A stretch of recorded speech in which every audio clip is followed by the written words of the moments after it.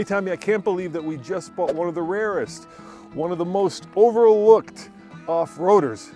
That's right, Dad. Now, we have a tendency to do this, and a few years ago we brought to light the fantastic Volkswagen Touareg, which since then has exploded in popularity in the off-road community. Yep, and then I spent like 3 months looking for a Porsche Cayenne with the locking rear diff, but now, Tommy, we have found the hidden gem of German off-roaders, and one of our viewers, Michael, said his mom had one of these cars here in Arizona in Phoenix, so we jumped on the plane and flew down here to buy it. Want to show it to him? Yeah, ready for the grand reveal? Yes. Boom!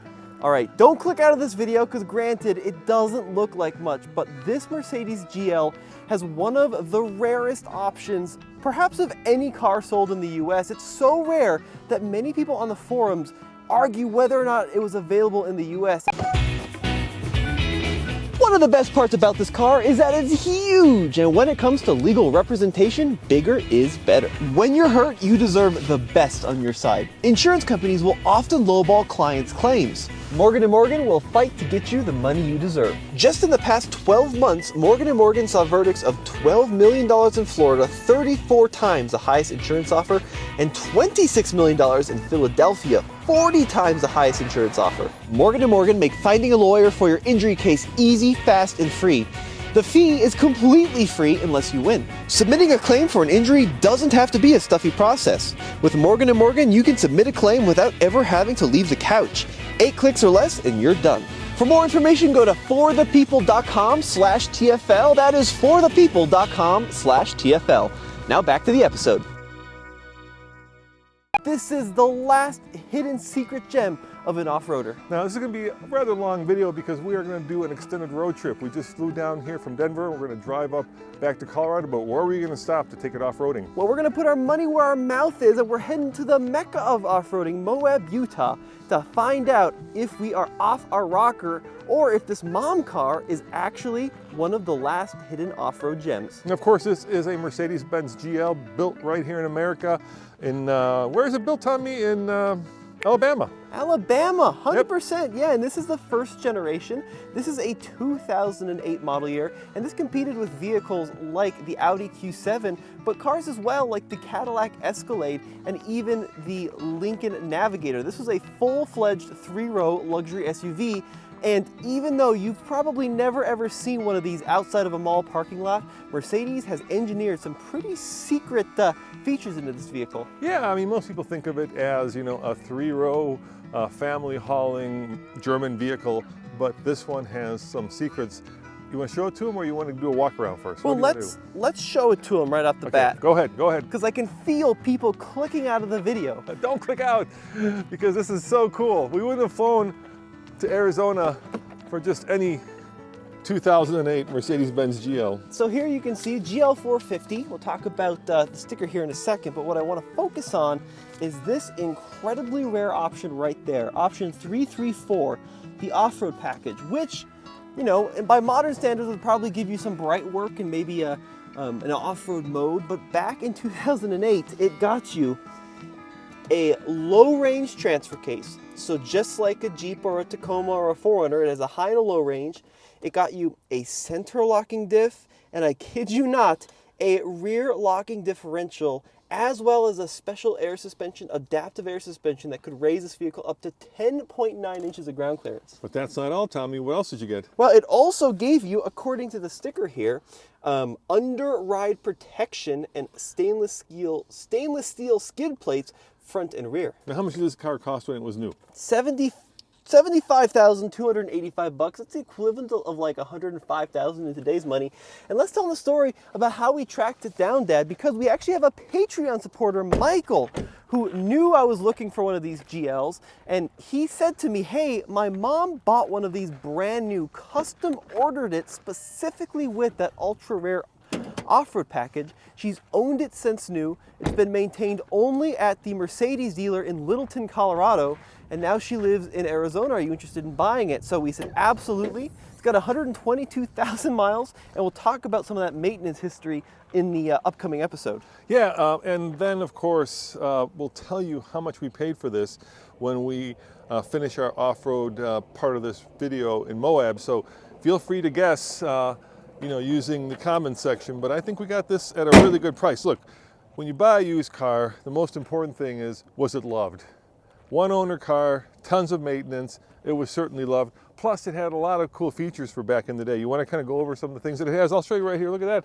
It's got the little squirters for the headlights. Yeah, it's got xenon headlights, which are adapted. They can steer around corners. 4-corner air suspension with several different off-road heights, and up to 23 inches of water fording if you got that rare off-road package as well. We also have these side steps here, which was kind of a cool little rugged touch, but the inside was pretty advanced for 2008. So stuff like push button start, dual zone automatic climate control. No, 3-zone, Tommy. 3-zone, yeah, there's one in the back too. We got this command navigation screen with satellite Sirius XM radio.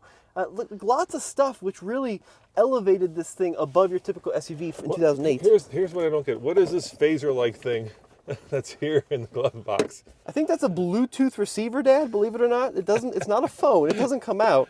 But I think that's what that might be. Really? That's how Bluetooth worked back in the day? And then we should show them the back seat, because this one with the Premium 2 package also has rear seat entertainment. Look at that, Dad. We got the little TV screens in the back of the headrests, and we even get Mercedes branded earphones. That's hilarious. We'll be watching some DVDs tonight, right, Tommy? Maybe go back to the Terminator or the original Top Gun. What do you say? I think that's not a bad idea. And then out back, some things we also have: a power lift gate with an integrated backup camera. You can see that they're pretty advanced for 15 years ago. And then out back here, we've got tons of space and a power third row to lift and raise the seat. So this thing, even by modern standards, is pretty bougie. But look at this. Skid pad. I think that's metal. It should be stainless steel, right? Well, yes, that's right. You had the exposed bolts. Look, the off-road package was super rare, Dad, because people who bought these cars didn't care at all about capability. All they wanted to do was, you pushed the wrong button. I did, sorry. There you go. All they wanted to do was drive them in comfort to and from the playground. Who cares whether or not it can go through 23 inches of water? But we do. We found one, and now we're going to head to Moab and see what it can do. Do you think these will be a problem? You know, they might be. The side steps? Yeah, they could be. Yeah, they probably, could be. Probably will be, but they do look pretty rugged at least. They may be gone before we get back to Colorado when we take this thing to Moab. Now, under the hood, of course, 450, it's a V8. 330-ish horsepower. Yep, yeah, 4-valve per cylinder, all aluminum V8. 0 to 16 about 6.5 seconds when it was new, which is pretty respectable. It's got a sport mode on the adaptive suspension. And it's got an off-road mode, which is crazy. Yeah, really, really cool stuff for like I said, the mid-2000s. Yeah, but what it doesn't have is like a USB port, right? Right, yeah. It's got that weird Bluetooth, which we're going to try to figure out so we can actually play some songs off of our phone. And it's got all this kind of funky chrome work. Right, this is kind of goofy. Yeah, I mean, it does look period correct, Dad, I think is the nicest way we can put that. But I bet you it tows a lot. It does. I think it tows over 7,000 pounds. Do you like the wood on the steering wheel? I do. That yeah. was bougie back in the day. It's got the leather package, over $2,000 for the leather, Dad. Package, and of course, once again, skid plate up front here. But I'd be curious to know if you guys have actually seen one of these in the wild, because these are like let me show you. This is where I wore this shirt. The Yetis, huh? Yeah, the elusive Bigfoot. You hear about them, but whether they existed or not, I wasn't even sure of until we actually got one. Because let's face it, most people did not care about having 2 locking diffs, water fording, underbody protection in a vehicle that was mainly used to ferry the kids to school and back, or maybe tow a horse trailer or two. All right, Dad. Well, let's take it for the first spin on the way up to Utah. All right, let's drive it. Let's see what it's like. See if it actually brakes, steers, and goes. Hey Tommy, I think this may be some of the first dirt this Mercedes GL has ever seen. I think you're right, Dad. Apart from some of the horse trailers in here, this is definitely the first dirt this car has ever seen. So how many miles we got on there? Well, we got just under 123,000. Yep. And, I think there's a lot of perhaps perceptions on how reliable this car is. Or isn't. Or isn't, yeah. Let's say there's a negative connotation associated with the X164 generation of GL, but we're going to prove whether or not that's true, because we have 1,000 miles to get home, and we got some pretty difficult terrain between now and then. Yeah, I mean, obviously, we're heading back into the cold, which I hate. I'm kind of liking Phoenix right now, Tommy. It's beautiful, yeah. And we might have some snow on the way home. We certainly are going to rise up in elevation as we go up to Flagstaff, so we're going to really put this thing through its paces. And it's always a little nervous, buying a car sight unseen and then immediately taking it on a 1,000-mile road trip, especially when you're going through areas that have very little cell service. So hopefully this old girl treats us pretty well. I think you want to go right here. Okay. Let me ask you this: when we get on the road, how does it drive? Well, it's very, very, very squishy here. We'll give it a squirt from that 4.6 V8. Pretty good power. Yeah, not bad. I mean, the car weighs 5,500 pounds, so it's a pretty heavy beast. But look, it drives a lot like my Land Rover LR3 in that these old school air suspensions, when you put them in comfort mode, it floats like a barge down a river. It is not a sporty driving experience, but that's exactly what you want on a road trip. And even though this came from the era of, we'll call it, quote, under-engineered Mercedes when they were really implementing some cost savings, the quality feels pretty good. Yeah, steering seems like it's not wobbly or shaky. Brakes, are they solid? Brakes are pretty good, yeah. Transmission? Transmission is a 7-speed auto. Feels really very, very good. Nice and buttery smooth. And this, I think it's from the M273 family of V8s, is such a peach. Very buttery smooth. And even though the rest of the car might not be very reliable, the engines are known to be pretty solid. So I'm excited to, at least fingers crossed, that that's going to be the case. We've bought a lot of cars over the years, and the one factor that's always been, the determining criteria whether a car with over 100,000 miles is going to be good or not was it loved by the owner. And I kind of felt like Patricia, who owned this for the last, how many years is it now? 2008? 15. Has really loved this, and so I'm feeling confident. The other thing I've noticed is this stock seemed very familiar to Tesla buyers. You're right, Dad. There certainly is some Tesla switchgear in here, like all the window controls are, I believe, Tesla and Chrysler, Dad, on the Model S. This is long before the Model S was even, a thing, right? Right. This had the switchgear, and that's because Tesla used a lot of old Mercedes switchgear. All right, so let's hit the road. We've got about 8 hours of driving to get us to Moab. I hate leaving this wonderful weather, but Moab is kind of the ultimate off-road paradise, and it's on the way home, so let's hit it. Let's go hit it.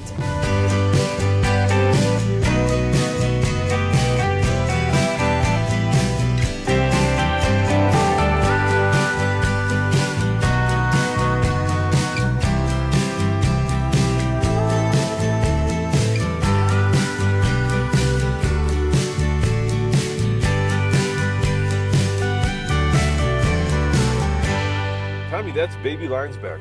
Yeah, and it's time to engage some of the off-road gear. Now, because this Mercedes has that super rare off-road package, we have these two knobs and this set of buttons. If this did not have the off-road pack, none of this would be here. Instead, you'd get a cubby. So if you're ever shopping for one of these, that's the best way to tell. Yeah, and if it says off-road on one of the buttons there, it's not off-road. Yeah, if it has the off-road button, weirdly, it doesn't have the off-road pack, because that was like a little measure they gave the standard ones to make them seem off-roady. All right, so what are we going to do? Well, the first thing we're going to do is engage the 2-speed transfer case, go into low range by pushing this button. Yep. We're in neutral. Want to show what's going on the screen there? Yep. So we now have a little icon here that says low range LR, Dad. Okay. And now what we're going to do is we're going to go up one suspension height into the first off-road mode. That's going to raise us up about an inch. I think that's all we need for that big, scary-looking hill. So that's going to blink. Well, what we really need are better tires, Tommy, because these are a little bald. Yeah, these are a little bald. So you can see here in the cluster now it's saying rising. Uh-huh. And then we do have the automatic diff locks engaged, but we're going to go ahead and lock up the center diff lock by spinning that dial there. Now you can see we got that one little dot engaged. We're in off-road level 1, and we're ready to hit the trail. This is so cool, Tommy. I am so excited. Now, who wants to drive? You want to drive or you want me to drive? I think you should drive the first obstacle. All right, I'm going to drive the first one, and then you take on the harder ones that are still to come. All right, Dad, there goes a vehicle meant for Moab. Yes. He's got a Tacoma. Rooftop tent. Really nice, actually. Well done. Nicely built out. Yeah. Looks like a TRD off-road, perhaps. Climbing up that super steep grade. Yeah, and the most important thing he's got that we don't, Tommy, are good tires. I mean, these are definitely street tires, and they're a little worn down on the inside. But we're going to fix this. We're going to fix that. Yeah, for sure. We got to fix that. Yeah, but, the great thing is we're here in Moab. There's nobody here. Well, except for the dude going up Baby Lion's back. And let's see if the Mercedes can do as well as a built-out Tacoma. All right, Tommy, here we go. Up Baby Lion's back. I'm ready, Dad. Are you ready? I love the squishy suspension. Yeah, that air suspension is a lot like the Land Rover LR3 that we have. It's very, very compliant and squishy. So we bought this Mercedes from a very nice lady, Patricia. Yep. Do you think she ever put it in 4-low? I don't think she ever did. This might be the first time we're actually using this vehicle's capability. And we're, oh, look at that, we're spinning tires. Yeah, this set of all seasons, Dad, is not having it today, is it? No, but it's doing it. Look at that. Yeah. It's doing great. It's hard to say how steep this is. But I'll tell you, last time we were out here, which wasn't that long ago, we were in some heavy-duty trucks, and the visibility is actually much better. You know, because we don't have these huge hoods in front of me, so I can actually see what's in front of me. Yeah. Because we don't have a front-facing camera. We got that torque out of that 4.6 liter V8 pulling us up these huge hills like it's nothing, Dad. This thing is just conquering this hill. Wow, that's amazing. Yeah, I love these like hidden gem off-roaders. This is what makes my day, finding, you know, a vehicle that was engineered to go off-road, but because of its kind of form factor, was never used for that purpose, but is still ultimately capable. The Germans are great at that, basically sandbagging a vehicle's capability. Keep in mind, Tommy, this is the same company that built the G-Wagon. What I love too, Dad, is the faces on people when they think they're doing something real extreme in their Wrangler Rubicon or their built-out Toyota, and then you come up behind them in a 3-row luxury Mercedes that looks like it should be on the set of Mean Girls. That's a really satisfying thing, Dad. All we need is like, you know, 3 little kiddos in the back waving at people. Exactly, yeah, you need the whole family and the dog with you. And maybe a cat for good measure that's hating life. All right, so Tommy has gone out to spot the guy in the Tacoma. He was asking us where this went, so it's obviously his first time here. We've done this a bunch, so I feel like we're old hands here in Moab.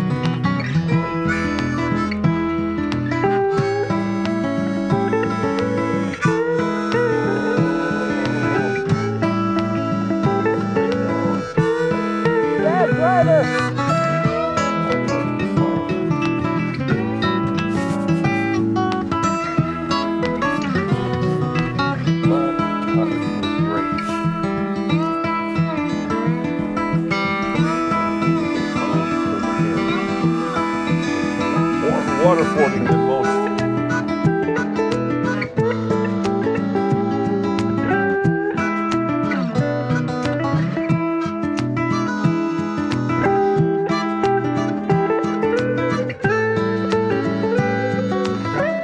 Guys, thank you so much for watching the series. It was a ton of fun to make, and I can't believe I get to bring this car to all of you wonderful viewers.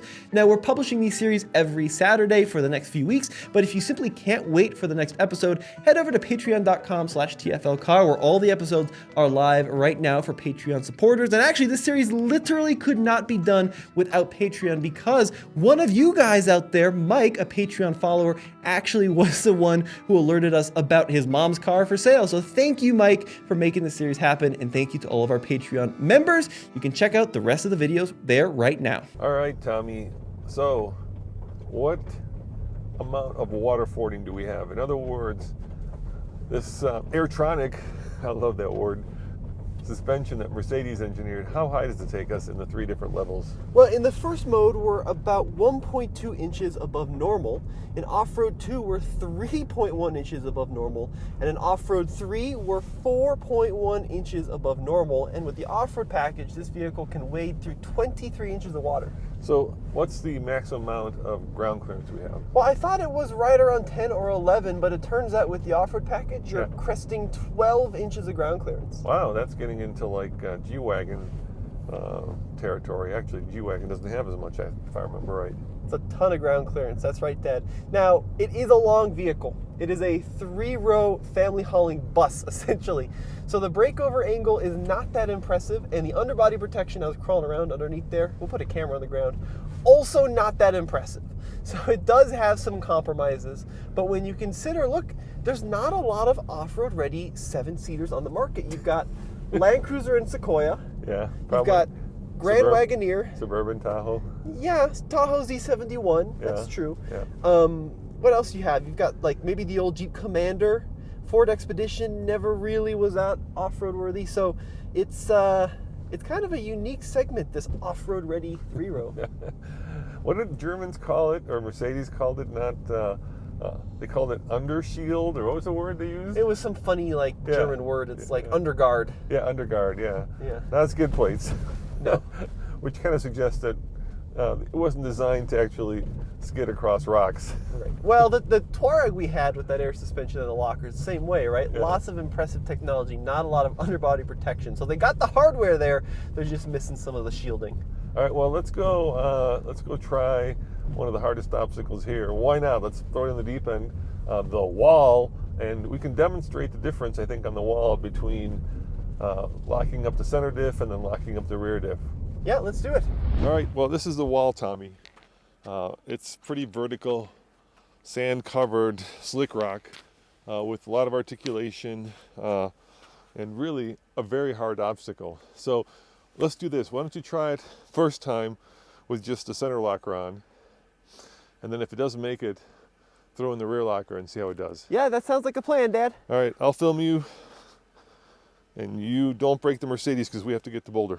Sounds good. We've got a 7-hour drive in front of us. All right, go for it. Wow, this is a real challenging obstacle for any vehicle, let alone a stock Mercedes. Now, I am going to put it in the highest off-road height for the breakover challenge here. And I am going to lock up the center diff at first. And we'll see if that can get us through. So we're going to wait till it stops blinking at us there. Rising into the highest height. And then we'll give it a go. All right, we're all the way up, Dad. Now, even with the front and rear diff open, this vehicle does have the Mercedes off-road traction control. Oh, I forgot to go into low range. That would be good. I'm like, wow, this is not feeling very torquey. There we go. Low range engaged. All right, even with the rear diff unlocked, this vehicle does have Mercedes off-road traction control called 4ETS, which is working now.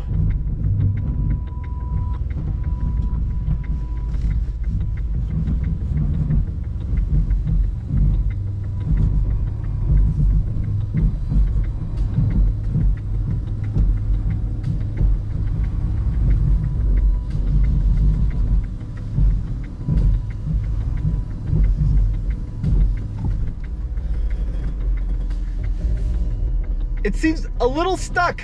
Is that with the rear locker and center locker locked? Just the center. All right, back it up. Try the rear. How's it looking? It's looking great. Looking like we need better tires. Yeah, the tires have no grip, Dad. There's no grip with the sand and the slick rock. All right, let's try locking up the rear diff now for the first time ever. You don't want to slide too far driver because you'll hit that rock. Yep. That's better. It's trying. Come on, you got to get it over this bump.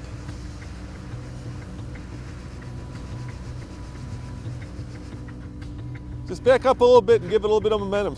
Right there. Give it a little bit of push. You got one tire in the air. Nice. Go, go, go, go, go.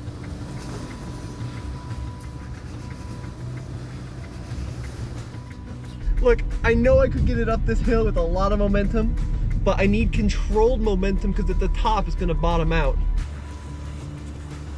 Yeah! Yeah, but now we're in trouble. Keep it. Oh, so close.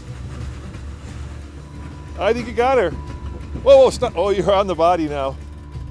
Oh, you're, hold on, let me look. We might crush those side steps. Oh yeah, you're, back up. Go back. Oh no. Go back. Oh yeah, you were on those side steps. You'd crush them, Tommy. Oh gee. We ran out of clearance, Dad. Keep going. Oh man, we just don't have the breakover angle. Well, we had the four-wheel drive grip. Yeah. We just don't have the angles. You tear off that side step. Let's take a look. You had the entire weight of that car on that passenger side step. Is it still in place? Look underneath.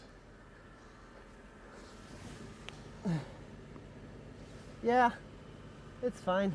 Yeah? Well, I think the wall is a little bit beyond this car's ability with these tires. well, yeah. I mean, what we're gonna do is we're gonna go to a slightly bigger tire, which is gonna give us a little more clearance, and then Yeah. maybe we can bring it out here and try to crest it over the breakover. Yeah. But there's a couple other cool obstacles over here I think we should try. Let's do it. See if it can do it. All right, now let's see how this Mercedes GL off-roads on terrain more suitable to what you might want to do with your family. So we got these nice slick rock steps. We're gonna bring this thing over. I've actually gone and put it in the auto setting for the diffs. Let the vehicle decide when it wants to lock them up. And we're just gonna take it nice and easy through this section here. So far feeling really good.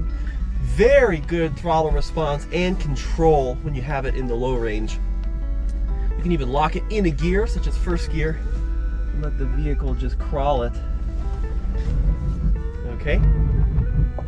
Letting the traction control work. Trying it without the diff lock. Well, it works pretty well. Yeah, really, really well. Didn't have to engage the diff lock there at all. That was all the car just working through the equation itself. Doing really well. Pretty supple ride. Of course, when you go into the highest off-road setting, you don't have a lot of down travel on the suspension, so it really firms it up quite a bit. Really impressed with the amount of ground clearance in the front, the approach angle. All right, come on out here. Let's take a look at this, Tommy. Yeah, let's take a peek. It's really very Before you go good. any further, come on out. Look at this. What you got here, Dad? I'm going to call this obstacle Boulder Beach. Boulder Beach, huh? Yeah, Boulder Beach goes look at. Oh yeah. Yeah, it's pretty. Well, why don't we try coming at it like this? Yeah, but you might hit on this rock if you come at it like this. But give it a shot. You might, take out something with this or this one, which I can't move with my foot. And then you're going to be in, the beach part over here. I think with some careful line placement. You might be able to make it. Yeah. All right. Let's see if we can do Boulder So here's Beach. what we're gonna do. We're gonna move the Mercedes more to the driver's side. Yep. I'm gonna put the driver's side wheel on the sand, the passenger side wheel on this ledge. Okay. So you may want to film over here. Yep. And then we'll try kind of easing it down this. I think that this hump here might be the pickle. Okay. I'm not entirely sure this is what Mercedes had intended when they designed this vehicle, but it is pretty cool pushing it out of its comfort zone. Looking good, Tommy. How's it doing? Good. You're on the right line. Okay, now let's see what happens here. Put your straighten out and put your wheel on that rock. Okay. Oh, you're so close. You gotta go more driver.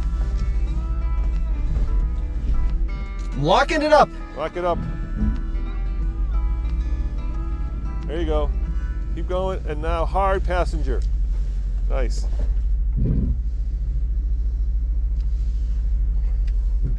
Nice little rumble from the V8 there, Dad.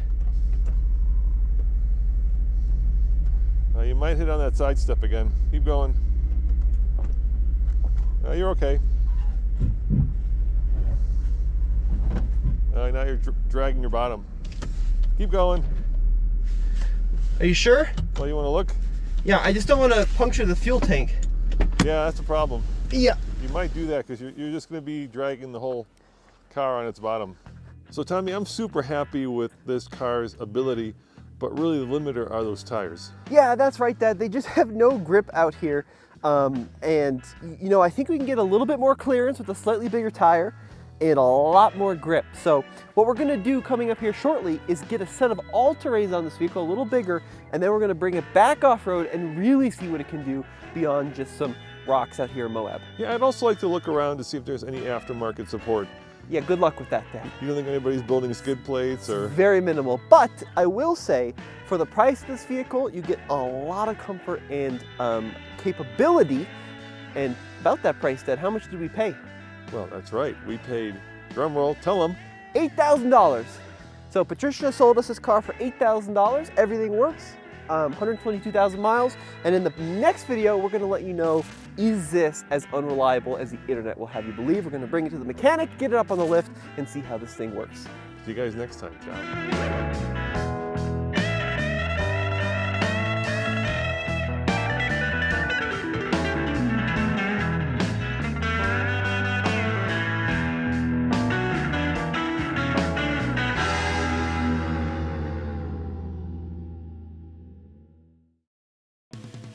So we're back at German Auto with our man, Toby. That's what you need to fix it. This is it? That's What is it. this, a double A? Does it make the part more expensive? Oh, big time. Yeah. Visually, you can just tell this thing's rust-free beauty. This is why I'm here and why I should never be in charge of stuff like this.